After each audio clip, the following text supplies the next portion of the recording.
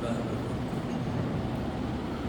الحمد لله نحمده ونستعينه ونستغفره ونؤمن به ونتوكل عليه ونعوذ بالله من شرور أنفسنا ومن سيئات أعمالنا من يهده الله فلا مضل له ومن يضلل فلا هادي له وأشهد أن لا إله إلا الله وأشهد أن محمدا عبده ورسوله يا أيها الذين آمنوا اتقوا الله حق تقاته ولا تموتن إلا وأنتم مسلمون يا أيها الناس اتقوا ربكم الذي خلقكم من نفس واحدة وخلق منها زوجها وبث منهما رجالا كثيرا ونساء واتقوا الله الذي تساءلون به والأرحام إن الله كان عليكم رقيبا يا أيها الذين آمنوا اتقوا الله وقولوا قولا سديدا يصلح لكم أعمالكم ويغفر لكم ذنوبكم ومن يطع الله ورسوله فقد فاز فوزا عظيما أما بعد فإن خير الحديث كتاب الله وخير الهدي هدي محمد صلى الله عليه وسلم وشر الأمور محدثاتها وكل محدثة بدعة وكل بدعة ضلالة وكل ضلالة في النار فأعوذ بالله السميع العليم من الشيطان الرجيم من همزه ونفخه ونفثه بسم الله الرحمن الرحيم قاف والقرآن المجيد بل عجبوا أن جاءهم منذر منهم فقال الكافرون هذا شيء عجيب فإذا متنا وكنا ترابا ذلك رجع بعيد قد علمنا ما تنقص الأرض منهم وعندنا كتاب حفيظ بل كذبوا بالحق لما جاءهم فهم في أمر مريج أفلم ينظروا إلى السماء فوقهم كيف بنيناها وزيناها وما لها من فروج والأرض مددناها وألقينا فيها رواسي وأنبتنا فيها من كل زوج بهيج تبصرة وذكرى لكل عبد منيب ونزلنا من السماء ماء مباركا فأنبتنا به جنات وحب الحصيد والنخل باسقات لها طلع نضيد رزقا للعباد وأحيينا به بلدة ميتا كذلك الخروج وقال الله تعالى في موضع آخر شهر رمضان الذي أنزل فيه القرآن هدى للناس وبينات من الهدى والفرقان محترم حاضرین جمعہ اور عزیز طلبہ، اللہ تبارک و تعالیٰ کا بے انتہا شکر و احسان ہے کہ اللہ تبارک و تعالیٰ نے ہماری زندگی میں ایک اور مرتبہ رمضان کا مہینہ نصیب فرمایا اور اللہ تبارک و تعالیٰ نے ہمیں اپنے گناہوں کی معافی کے لیے بخشش کروانے کے لیے اللہ تبارک و تعالیٰ نے ایک اور مرتبہ زندگی میں رمضان نصیب فرمایا۔ اللہ تعالیٰ ہمیں اس رمضان سے بھرپور فائدہ اٹھانے کی توفیق عطا فرمائے، آمین۔ محترم حاضرین، آج کے اس خطبے کے اندر میں آپ کے سامنے چند باتیں ہم رمضان کیسے گزارے، ایک مہینہ جو چلتا ہے ہمارے درمیان اس کا ہم صحیح فائدہ کیسے اٹھا سکتے ہیں، تو کچھ باتیں آپ کے سامنے میں رکھنے کی کوشش کروں گا۔ محترم سامعین، کسی بھی موقع سے بھرپور فائدہ اٹھانے کے لیے ضروری ہے کہ اس کے متعلق بہتر انداز میں حکمت عملی بنایا جائے۔ جس طرح دنیاوی معاملات میں بہتر حکمت عملی بنائی جاتی ہے تاکہ ہم اپنا جو مقصد ہے اس کو ہم حاصل کر سکیں، تو اسی طرح آخرت کے معاملے کے لیے بھی ہم اس کو بہتر بنانے کے لیے، بہتر حکمت عملی کے لیے ہم کچھ چیزیں بنائیں تاکہ وہ ہمارا جو اصل جو مقصد ہے اس کو ہم پہنچ سکیں، اس سے فائدہ ہم اٹھا سکیں۔ تو اللہ تبارک و تعالیٰ نے اپنے بندوں کو ماہ رمضان کی صورت میں ایک عظیم تحفہ اللہ نے دیا ہے، جسے نیکیاں کمانے کا سیزن بھی اگر کہا جائے کوئی مذائقہ نہیں ہے۔ یعنی اس مہینے کا ہر لمحہ جہاں پر انسان بیکار گفتگو کیے بغیر، بیکار چیزوں میں اپنے آپ کو لگائے بغیر، پورے دن کا ہر سیکنڈ، ہر لمحہ اللہ سے جڑنے کی کوشش کرتا ہے انسان۔ یعنی یوں سمجھے کہ ہر دن، ہر لمحہ ہمارا اٹھنا بیٹھنا جاگنا ہمیشہ ہر وقت اللہ تبارک و تعالیٰ کی عبادت میں جڑا رہتا ہے اور اللہ کو راضی کرنے کے لیے انسان کوشش کرتا ہے۔ تو اس بابرکت مہینے میں زیادہ سے زیادہ نیکیاں کمانے، نیکیاں سمیٹنے کے لیے ضروری ہے کہ کچھ حکمت عملی بنایا جائے کہ ہم اس کو کیسے فائدہ اٹھا سکتے ہیں۔ اس مہینے سے کچھ چیزیں ہمیں بنانا ہے تاکہ ہم بھرپور فائدہ اٹھا سکیں۔ تو سب سے پہلی چیز جو ہمیں کرنا یہ ہے کہ روزہ رکھنے کے لیے سحری کھانا ہے۔ سحری بہت ضروری ہے۔ روزے کے لیے سحری کھانا صرف مصنوعی نہیں ہے بلکہ اللہ تبارک و تعالیٰ نے اس سحری کے اندر برکت رکھا ہے۔ حدیث حضرت انس بن مالک رضی اللہ عنہ سے روایت ہے، اللہ کے نبی صلی اللہ علیہ وسلم نے فرمایا تسحروا فإن فی السحور برکہ۔ اللہ کے نبی نے کہا کہ تم سحری کھاؤ، کیوں؟ اس لیے کہ اللہ نے سحری میں برکت رکھی۔ اللہ نے آدمی معمولی اوقات میں دن میں 4 وقت کھاتا ہے یا 3 وقت کھاتا ہے، جو بھی ہو، لیکن آدمی اپنے اندر اتنی قوت محسوس نہیں کرتا ہے، اتنی طاقت آدمی کی جسم میں نہیں ہوتی ہے جتنا رمضان کے مہینے کے اندر آدمی سحری کر کے شام تک جو بھوکا رہتا ہے لیکن برابر طاقت باقی رہتی ہے۔ وہ برکت کی وجہ ہے، برکت ہی کی وجہ ہے کہ آدمی سحری کی وجہ سے شام تک برابر اپنے اندر کسی بھی طرح کی سستی محسوس نہیں کرتا ہے۔ طاقت اللہ تعالیٰ دیتا ہے۔ یہ برکت کا نتیجہ ہے کہ یہی وجہ ہے کہ اللہ کے نبی صلی اللہ علیہ وسلم نے امت کو جو پیغام دیا وہ یہ ہے کہ سحری کھایا کریں۔ سحری میں اللہ نے برکت رکھی۔ آدمی کو اٹھ کر آپ زیادہ نہیں، مختصری کھائیں، تھوڑا ہی کھائیں، لیکن اللہ اس کھانے کے اندر برکت دیتا ہے۔ بعض لوگ کیا کرتے ہیں کہ رات کے 3 بجے وغیرہ اٹھ کر کھا کے سو جاتے ہیں، اور اسی طرح بعض لوگ رات میں اتنا زیادہ کھا لیتے ہیں کہ صبح سحری کے لیے اٹھنے کا موقع ہی نہ ملے۔ یہ بھی غلط ہے، ایسا بھی نہیں کرنا ہے، بلکہ اللہ کے نبی نے کہا کہ آپ اذان کے وقت تک، یعنی سحری کا جو وقت ختم ہونے تک آپ برابر کھا سکتے ہیں۔ مختصری کھائیں، ذرا ہی کھائیں، لیکن کھائیں۔ سحری کھانا یہ ہمارے لیے برکت کا ذریعہ ہے، اللہ تعالیٰ ہمیں اس کے اندر برکت دے گا۔ تو بتایا گیا کہ سحری کے آداب کو ملحوظ رکھنا ہے، تو سب سے پہلا جو کام ہمیں کرنا ہے وہ سحری کھانا ہے۔ دوسری جو چیز یہ ہے فجر کی 2 سنتیں۔ جیسا ہم نے سحری کھا لیا، اب اس کے بعد سب سے اہم کام کیا ہے؟ فجر کی نماز۔ عام طور پر ہوتا یہ ہے کہ آدمی رات میں دیر سے سوتا ہے، صبح اٹھا 4 میوالے کھا لیا، پھر اس کے بعد آدمی کھانے کے بعد تھوڑا اپنا پیٹ لمبا کرنے کے لیے بستر پر لیٹتا ہے، فجر کی نماز بھی چھوڑ گئی۔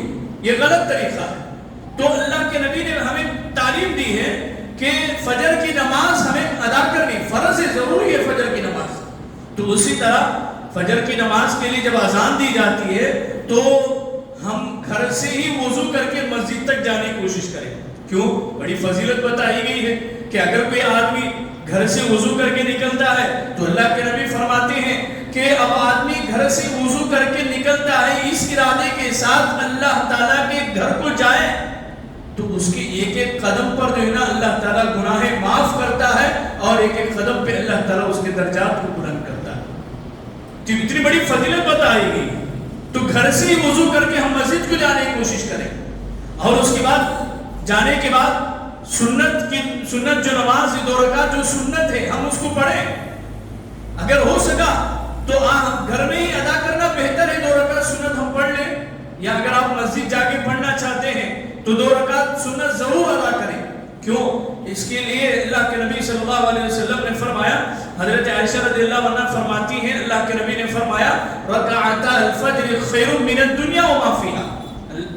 اللہ کے نبی نے کہا کہ فجر کی 2 رکعت سنتیں دنیا اور اس کے اندر جو کچھ ہے سب سے بہتر وہی چیز ہے. بہتر جو چیز بتائی گئی وہ فجر کی 2 سنتیں. اگر ہم فجر کی سنت کے ساتھ اگر ہم نماز پڑھنے کے عادی بنیں گے, یہی عادت ہمیں زندگی میں باقی رہے گی. نتیجہ یہ ہوتا ہے ہم عام دنوں میں یہ ہوتے کہ کبھی فجر کو ہم اٹھتے ہیں کبھی نہیں اٹھتے ہیں. اب اٹھتے ہیں تو کبھی نماز چل رہی ہوتی ہے. تو ہمیں عادت یہ بنانا ہے کہ فجر کی سنت کے ساتھ ہم نماز ادا کریں. یہ عادی سے اگر ہم عادی بنائیں گے تو اس مہینے کے اندر سے اگر ہم اپنے آپ کو ان چیزوں کا پابند اگر ہم بنائیں گے تو آخری زندگی کے آخری لمحات تک ہمیں چیز باقی رہے گی. کوشش کرنا ہے, مشکل لگے گا لیکن پھر بھی ہم کوشش کریں. کوشش کرنے سے کوئی بھی چیز مشکل نہیں بنتی ہے, آسان ہوتی ہے ہمارے لیے. 1 دن مشکل 2 دن مشکل لگے گی لیکن پھر اس کے بعد ہمارے لیے آسانیاں فراہم ہو جائیں گی. تو اس کے بعد سنت ادا کرنے کے بعد باجماعت فرض نماز پڑھے, جماعت کے ساتھ فرض نماز پڑھے. جماعت کے ساتھ نماز پڑھنا یہ کئی گنا ثواب کا باعث ہے. جیسا کہ اللہ کے نبی صلی اللہ علیہ وسلم نے فرمایا من صلی الصبح فهو فی ذمۃ اللہ. اللہ کے نبی نے کہا جس نے فجر کی نماز باجماعت اگر پڑھی تو وہ اللہ تعالیٰ کے ذمے ہے, یعنی اللہ تعالیٰ اس کی حفاظت کرے گا. ہر طرح کی مصیبت سے پریشانیوں سے اللہ تعالیٰ ہماری زندگی میں آنے والے حوادث سے اللہ تعالیٰ ہماری حفاظت کرے گا. آج ہمیں شکایت ہماری یہ ہوتی ہے کہ ہماری زندگی میں برکت نہیں ہے, ہماری کمائی میں برکت نہیں ہے, اور اسی طرح ہم کیا کہتے ہیں پریشانیوں میں ڈوبے ہوئے ہیں. مصیبتیں ہماری زندگی کا پیچھا نہیں چھوڑتی ہے. بھائی کیسے پیچھا چھوڑے گی؟ جب آپ اپنا وقت اللہ تعالیٰ کی عبادت کے لیے وقف نہیں کرتے ہیں تو ہماری زندگی میں کیسے برکت نصیب ہوگی؟ تو اسی لیے ضروری ہے کہ ہم باجماعت فجر کی نماز ہم پڑھنے کے عادی بنیں. خود پڑھیں, اپنے گھر والوں کو بھی پڑھائیں. یہ ہماری ذمہ داری ہے کہ ہم گھر کے بڑے ہونے کے ناطے یہ ہماری ذمہ داری بنتی ہے کہ ہم فجر کی نماز پڑھیں اور اپنے گھر والوں کو جگائیں, پڑھائیں فجر کی نماز. اسی طرح اب ہمیں فجر کی نماز ادا کرنے کے بعد اللہ کے نبی نے اشراق کی نماز اگر کوئی آدمی پڑھتا ہے بھرپور فائدہ اٹھائے گا. فجر کی نماز پڑھا, فجر کی نماز پڑھ کر آدمی اپنی ہی جگہ پر بیٹھا رہا, بیٹھ کر ذکر و اذکار کرتا رہا, صبح کی دعائیں پڑھتا رہا, اللہ سے دعائیں کرتا رہا. دیکھیے حدیث آتی ہے, اللہ کے نبی فرماتے ہیں کہ آدمی جب تک نماز پڑھنے کے بعد جب تک مسجد میں بیٹھا رہے گا, اللہ کے نبی فرماتے ہیں فرشتے اس کے حق میں دعا کرتے ہیں اللہم اغفر لہ اللہم ارحمہ, اے اللہ تو اس کی مغفرت فرما, اس پر رحم فرما. فرشتوں کی دعائیں ہمیں ملتی ہیں. اور اسی طرح اذکار پڑھنے کے بعد اگر سورج طلوع ہو جائے, اگر ہم اشراق کی نماز اگر ہم پڑھ کر نکلے مسجد سے, اللہ کے نبی صلی اللہ علیہ وسلم فرماتے ہیں من صلی الغداۃ فی جماعت ثم قعد يذكر الله حتى تطلع الشمس ثم صلى ركعتين كانت له كأجر حجة وعمرة تامة. اللہ کے نبی نے فرمایا جو آدمی جس شخص نے نماز فجر باجماعت پڑھی اور اللہ تعالیٰ کے ذکر میں مشغول رہا, نماز پڑھنے کے بعد بیٹھ کر ذکر و اذکار کرتا رہا, دعائیں پڑھتا رہا یہاں تک کہ سورج طلوع ہو گیا, تو اللہ کے نبی فرماتے ہیں پھر 2 رکعت نماز پڑھی تو اس کے لیے مکمل حج اور عمرے کا ثواب اللہ تعالیٰ دیتا ہے. تو یہ اللہ کے نبی صلی اللہ علیہ وسلم نے یہ جملہ 3 بار اللہ کے نبی نے کہا کہ اسے مکمل حج اور عمرے کا ثواب ملے گا۔ بڑی افسوس کی بات تو یہ ہے کہ ہم میں سے اکثر مسلمان تو ایسے ہیں، رمضان آتا ہے زندگی میں لیکن اس کا صحیح استعمال نہیں کرتے۔ رمضان کا مہینہ تو زندگی میں آتا ہے لیکن اس سے نیکیاں کمائی نہیں جاتی۔ رمضان کا مہینہ تو زندگی میں آتا ہے لیکن اپنی گناہوں کی بخشش نہیں کروائی جاتی۔ رمضان کا مہینہ ہمارے لیے نعمت بن کر آتا، ہماری زندگی میں آتا ہے لیکن ہمیں اس رمضان کی قدر ہی نہیں ہوتی ہے۔ رمضان کا مہینہ ہماری زندگی میں برکتوں کی بارش لے کر آتا ہے لیکن پھر بھی ہم اپنے آپ کو، اپنے گھر والوں کی سدھار کی ہم کوشش نہیں کرتے۔ وہی ماحول چلتا ہے جو سال کے 11 مہینے ہم زندگی گزارتے ہیں۔ ایک مہینہ، سال کا ایک مہینہ جو ہمیں تعلیم اللہ کے نبی نے وہ دی ہے کہ آدمی کو روزہ رکھنا ہے۔ روزے کا فائدہ کیا ہے؟ لعلکم تتقون کہا گیا، ہمارے اندر پرہیزگاری ہوگی، اللہ تعالیٰ کا خوف ہمارے دلوں میں بیٹھے گا، ایک متقی پرہیزگار والی زندگی ہم گزار پائیں گے۔ تو بات یہ ہے کہ اشراق کی نماز بھی پڑھ کر ہم نکلے تو اللہ کے نبی نے جو ثواب کا جو ذکر کیا ہے، مکمل حج اور عمرہ، آدمی کی کبھی طاقت ہوتی ہے نہیں ہوتی، آدمی وہاں تک پہنچ بھی نہیں سکتا ہے، لیکن دیکھیے بیٹھے بیٹھے کتنے بڑے بڑے ثواب کا حقدار انسان بنتا ہے۔ تو ضروری ہے، چاہیے کہ انسان ان چیزوں کو اپنی زندگی میں لانے کی کوشش کرے، عمل کرے، دنیا اور آخرت دونوں میں فائدہ ہوگا۔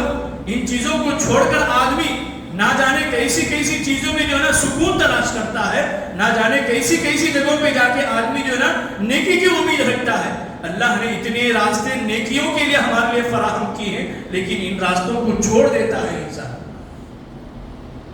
اسی طرح ایک اہم بات، رمضان کے مہینے میں روزہ رہ کر آدمی یہ سمجھتا ہے کہ ہر طرح کے کام کاج سے ہم فارغ ہونا، چھوڑ دینا، نہ گھریلو کام، نہ اپنا جو ذاتی جو کام ہوتا ہے، چاہے آدمی کاروبار کرتا ہو، چاہے آدمی کوئی بھی محنت کرتا ہو، لیکن آدمی سوچتا ہے کہ رمضان کا مہینہ ہے تو سب پورا بند ہو جائے گا، اب ایک مہینہ گھر میں بیٹھے رہیں گے، بس گھر میں بیٹھ کر روزہ رکھیں گے، سوئیں گے، آرام کریں گے۔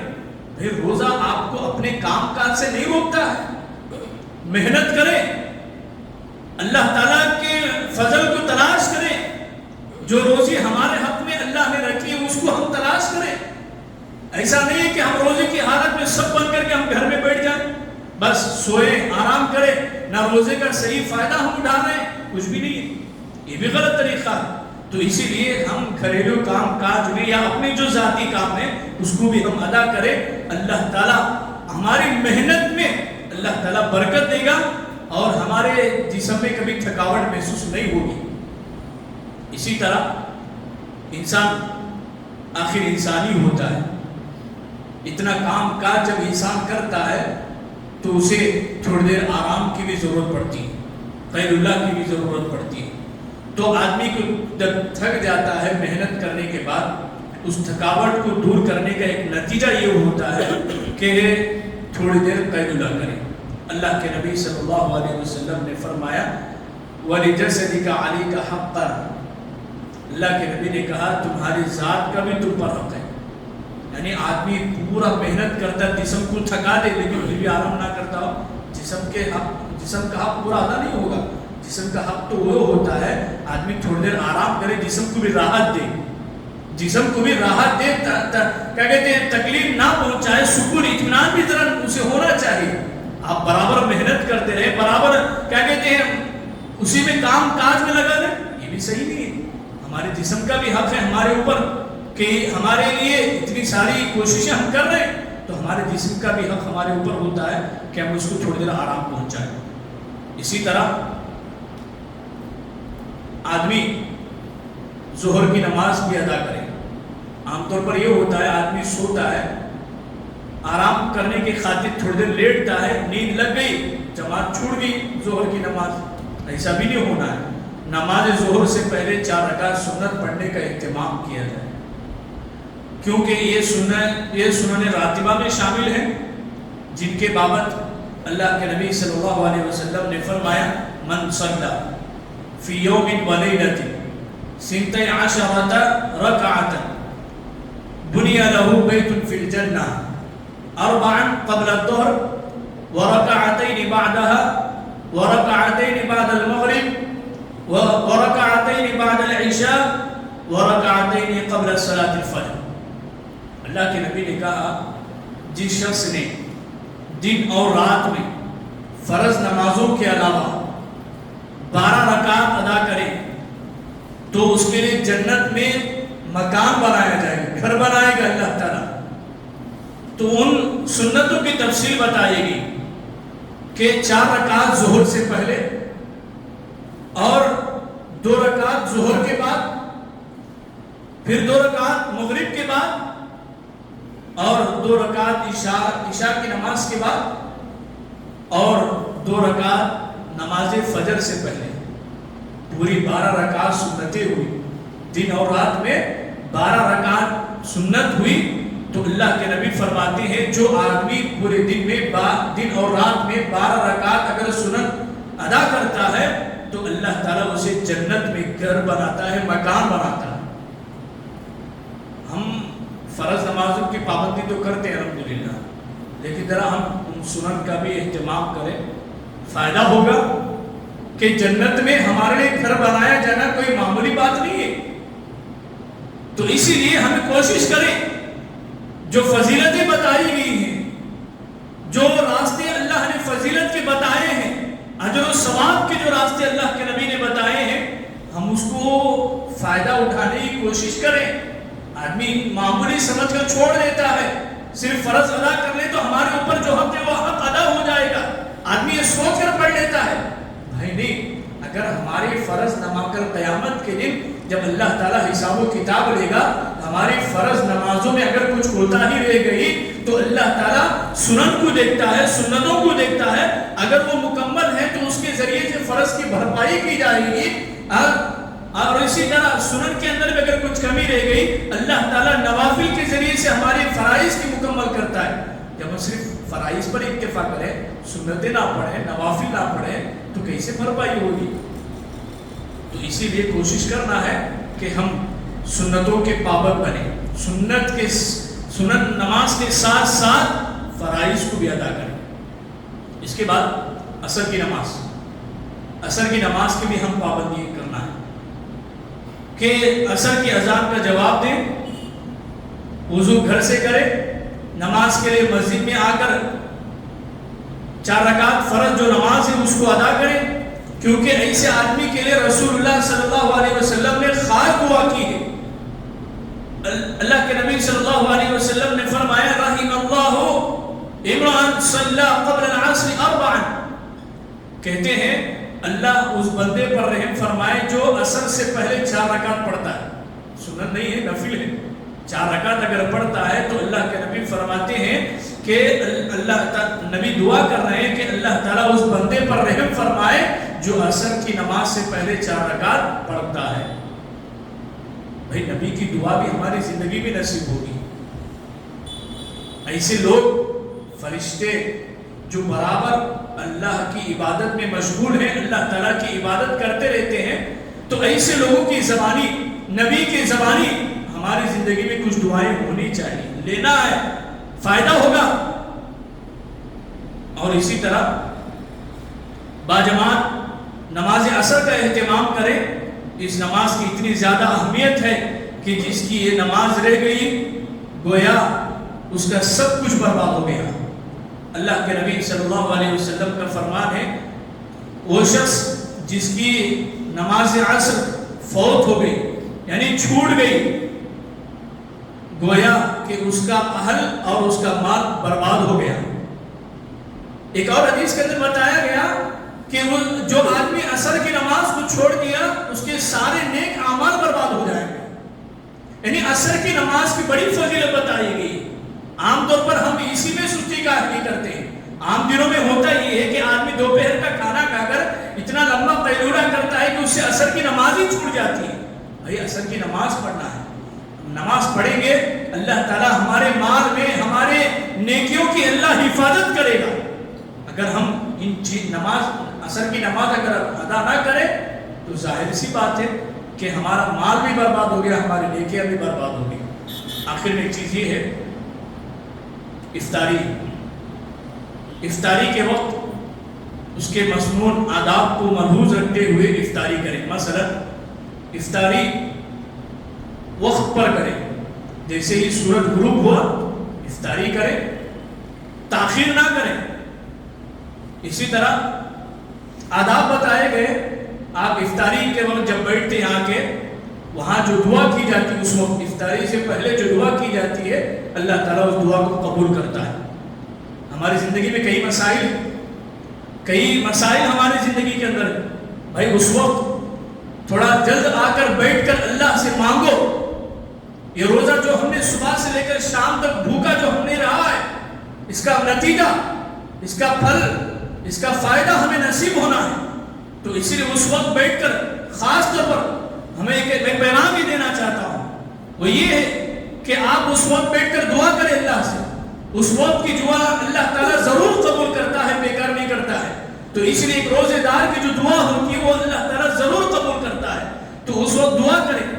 جب وقت ہو جائے تو سنت کا جو طریقہ یہ ہے، اللہ کے نبی نے جو طریقہ جو بتایا، اگر آپ کے پاس کھجور میسر ہو تو بسم اللہ بول کر آپ کھجور سے افطاری کریں۔ اگر آپ کے پاس کھجور نہ ہو تو پانی کے ذریعے سے جو ہے نا آپ افطاری کریں، طریقہ جو اللہ کے نبی نے بتایا۔ تو بہرحال ہمارے سامنے جو چیز رکھی گئی ہو اس کو ہم استعمال کریں، کھائیں، افطاری کریں۔ تو اس کے بعد اللہ تعالیٰ سے ہم دعا کریں، ذهب الظمأ وابتلت العروق وثبت الأجر انشاءاللہ۔ یہ دعا ہمیں پڑھنا ہے۔ تو بہرحال خلاصہ کلام یہ ہے، اگر ہم ان چیزوں کو ہر دن اسی کے مطابق اگر ہم زندگی گزاریں، ہمارے یہ پورا مہینہ 30 دن کا پورا مہینہ نیکیوں میں گزرے گا، فائدے میں رہیں گے۔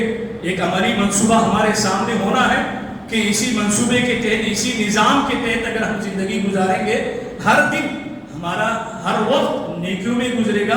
وقت نکال کر قرآن کی تلاوت کرے، وقت ملتا ہے تو قرآن مجید کی تلاوت کرے۔ کیوں؟ اس لیے کہ یہ مہینہ قرآن کا مہینہ مانا جاتا ہے۔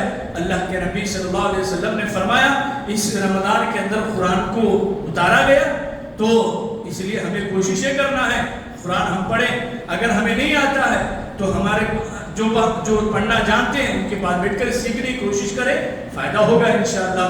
دعا ہے رب العالمین سے اللہ رب العالمین مجھے اور آپ کو، ہم تمام کو اللہ تعالیٰ کہیں سنی ہوئی باتوں پر عمل کی توفیق عطا فرمائے۔ اللہ تعالیٰ ہم تمام کو رمضان سے بھرپور فائدہ اٹھانے کی توفیق دے۔ اے اللہ ہمیں یہ جو رمضان کا مہینہ جو ہمیں زندگی میں نصیب ہوا ہے، اے اللہ اس کی ہمیں قدر کرنے کی توفیق عطا فرما۔ اے اللہ ہماری عبادتوں کو قبول فرمائے، ہمارے روزوں کو قبول فرمائے، ہمارے قیام کو قبول فرمائے، آمین۔